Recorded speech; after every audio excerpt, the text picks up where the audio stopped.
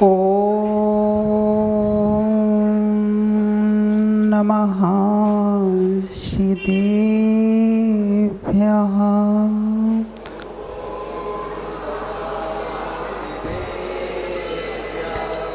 ॐ नमः सिद्धेभ्यः।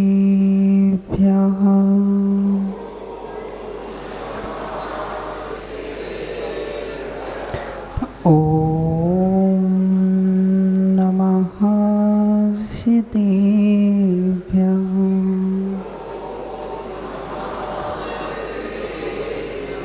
जय बोलो अनंतानंद सिद्ध परमेश्वरी भगवान की। यहाँ के मूलायक श्री चिंतामणि पारेशनाथ भगवान की। संत शिरोमणि आचार्य भगवान श्री विद्यासागर महामुनि राज की। परम पूज्य नवीन आचार्य श्री समय सागर जी महाराज की। परम पूज्य मुनि श्री निर्दोष सागर जी निर्लोक सागर जी महाराज की। अष्टांगा महापर्व की। पूज्य निरुपम सागर जी महाराज की। आज अपन सभी लोग ऐसे आचार्य के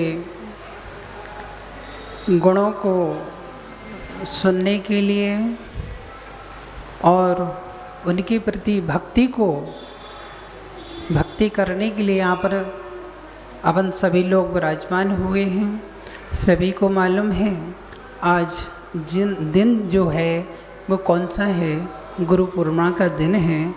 गुरु के प्रति अपनी कृतज्ञता व्यक्त करने का दिन है कि आज अपन सभी लोग जो इतनी शांति के साथ यहाँ बैठे हैं, आनंद के साथ यहाँ बैठे हैं, निराकुलता के साथ यहाँ बैठे हैं, उसका सबसे बड़ा कारण है अपने गुरुदेव। क्योंकि इतने जीव, कितने जीव जिन्होंने ऐसे महान गुरु को नहीं देखा, पता नहीं किस पर्याय में कौन सा दुख भोग रहे हैं। लेकिन अपन सौभाग्यशाली हैं, बहुत पुण्यशाली हैं कि अपन ने ऐसे गुरु के दर्शन कर पाए और सेवा वैयावर्ती अपनी अपनी अनुकूलता के हिसाब से की है।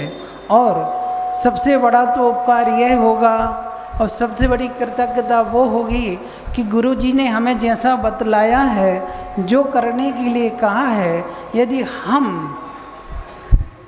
वैसी क्रियाओं में संलग्न हो जाते हैं, यदि सुख क्रियाओं में संलग्न हो जाते हैं, तो गुरु जी के ऊपर जैसी उनकी भावना थी कि संसार के सभी जीव सुखी और निरोग और सुखी रहें, उनने अपनी तरफ से तो सब कुछ किया है कि जहाँ तक हो सके एक इंद्री से लेके पंच इंद्री तक के लिए उनकी पवित्र भावना थी। लेकिन हमारा भी दायित्व बनता है कि जैसी भावना हमारे गुरुदेव की थी, तो कम से कम ऐसी प्रबल भावना तो हम नहीं कर पाएंगे, लेकिन हमारे माध्यम से जितना भी परोपकार हो सकता है जीवों के ऊपर, कितनी भी हम सेवा वैयावर्ती और जैसे भी हो, हर जीवों के चेहरे पर हम खुशी ला सकते हैं, तो हमें हमेशा आगे और एक कदम आगे बढ़ाना चाहिए। ये गुरुदेव की प्रबल भावना हुआ करती थी कि संसार के किसी भी प्राणी को कोई कष्ट ना हो, चाहे वो हमारा परिवार का हो या हमारे समाज का हो या हमारे किसी भी कहीं का भी हो। तो हम ऐसे गुरु के उपासक हैं जहाँ करुणा दया हमेशा रहती थी। पहली भावना ये थी उनकी कि सभी जीवों का कल्याण हो। कैसे हो? तो हमेशा उनने यही प्रोत्साहन किया है कि अपने कल्याण की भूमिका बनाए, और नहीं बनाते हैं तो कोई ना कोई कार्य आप करते रहें। क्योंकि गुरु कई प्रकार के होते हैं। एक गुरु होते हैं जो हमें जीवन देते हैं, एक गुरु होते हैं जो हमारा शिक्षा दीक्षा देते हैं, एक गुरु होते हैं जो हमारा पालन पोषण करते हैं, एक गुरु होते हैं जो संकट के समय हमें सहारा देते हैं, एक गुरु होते हैं जो अपने जीवन को कैसे उज्जवल और अपना कल्याण करें, इस प्रकार के गुरु हुआ करते हैं। सब गुरु की अपनी अपनी एक भूमिका है। गुरु अपना काम करते हैं, लेकिन हम गुरु के प्रति कितना श्रद्धान और कितना विश्वास और कितनी आस्था रखते हैं, ये हमारे ऊपर डिपेंड करता है।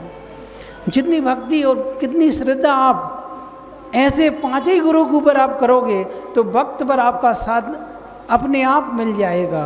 हर समय आपका इतना आनंद से निकलेगा, क्योंकि जन्म देने वाले का उपकार अपन भूल नहीं सकते। वो हमारे पहले गुरु हुआ करते हैं।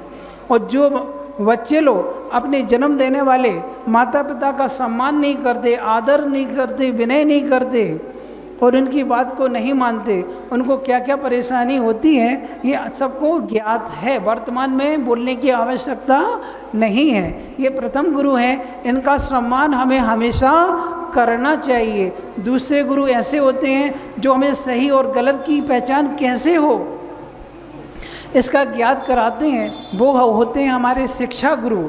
और शिक्षा गुरु का उपकार भी कभी नहीं भूलना चाहिए, क्योंकि जो हमारे जीवन को उन्नति की ओर ले जाते हैं, ऊपर ले जाते हैं, ऐसे शिक्षा गुरु होते हैं। और जो हमारे सामने दोनों महाराज देखो महान हैं, उनने अपने गुरु के ऊपर हमेशा अपनी श्रद्धा और आस्था को ऐसा रखा कि आज दोनों महाराज जी, दोनों सरस्वती पुत्र आप लोगों के सामने विराजमान हैं। अकेला जिनवाणी को देखकर उनको बोलने की आवश्यकता नहीं है। अकेला मुख में उनकी जिनवाणी, पूरे हृदय में, पूरे रोम रोम में उनकी जिनवाणी को समावेश कर लिया है। समझ रहे ना? जिनवाणी को लिखना तो बहुत आसान है, धर्म की पुस्तक लिखना बहुत आसान है, लेकिन धर्म की पुस्तक बनकर पूरा जीवन निकालना बहुत कठिन हुआ करता है। और ये अपने दोनों महाराज जी ने साबित कर दिया कि हमने और अध्ययन को तो किया है, लेकिन अध्ययन के माध्यम से हमने उसमें जो लिखा हुआ था, ज्ञान प्राप्त होने पर अपनी उन्नति कैसे करें, अपना उद्धार कैसे करें। बहुत कम लोग हुआ करते हैं जो ज्ञान प्राप्त करने के बाद भी वहाँ तक सीमित रहते हैं, लेकिन अपने महाराज, दोनों महाराज जी ने उसको ये साबित कर दिया कि ज्ञान होने के बाद भी अपना कल्याण की भूमिका बनाए। और ऐसे गुरु से उनने दीक्षित हुए जो स्वयं के कल्याण के लिए तो उनकी संलेखना जो हुई है वो अंतिम समय में तो उनने अपने कल्याण की भूमिका बनाई है। लेकिन ऐसे मुनि को अपन को देखकर हम लोगों को भी आगे के लिए संलेखना कैसे हो, ये महाराज जी बतला रहे हैं कि प्रत्येक समय अपने समय का सदुपयोग करोगे तो अंतिम समय में भी आप उसका उपयोग कर सकोगे।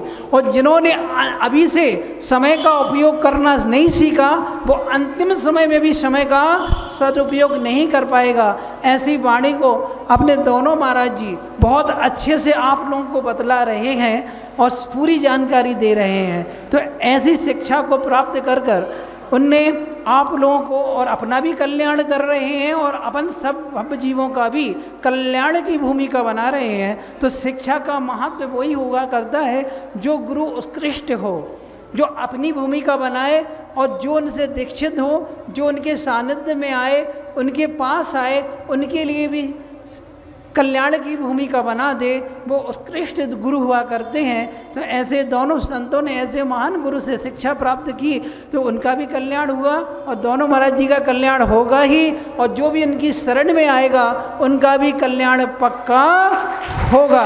ऐसे हमारे शिक्षा गुरु हुआ करते हैं। तीसरे गुरु हमारे होते हैं जो हमारा जीवन यापन करते हैं, क्योंकि बिना आहार पानी के, बिना कार्य चलता नहीं, क्योंकि औदारिक शरीर है, तो वो भी हमारे गुरु होते हैं। उनके लिए भी हमें अपनी कृतज्ञता व्यक्त करना चाहिए, क्योंकि बच्चे लोग कमा नहीं सकते जब तक के लिए वो बड़े ना हो जाएं, जब तक के लिए भूमिका माता पिता की हुआ करती है, तो वो भी हमारे गुरु हैं। उनको हमें गुरु के रूप में स्वीकार करना चाहिए। और एक विपत्ति के समय, संकट के समय यदि हमें कोई परेशानी आ जाए और कोई गलत कार्य हो जाए या कुछ परेशानी आ जाए, उसका निर्णय हम नहीं निकाल सकें और विपत्ति परेशानी के समय कोई हमें सहारा देता है, संबल देता है या कुछ भी देता है, तो वो भी हमारे गुरु कहलाते हैं। और एक गुरु तो अपने आचार्य भगवान हैं, जो जीवों के कल्याण के लिए शिक्षा, दीक्षा, संस्कार सब कुछ दिया करते हैं, क्योंकि बिना गुरु के ये जीवन शुरू नहीं होता। और जिन्होंने गुरु नहीं बनाया, समझ लेना उसका जीवन कभी सफल नहीं हो सकता।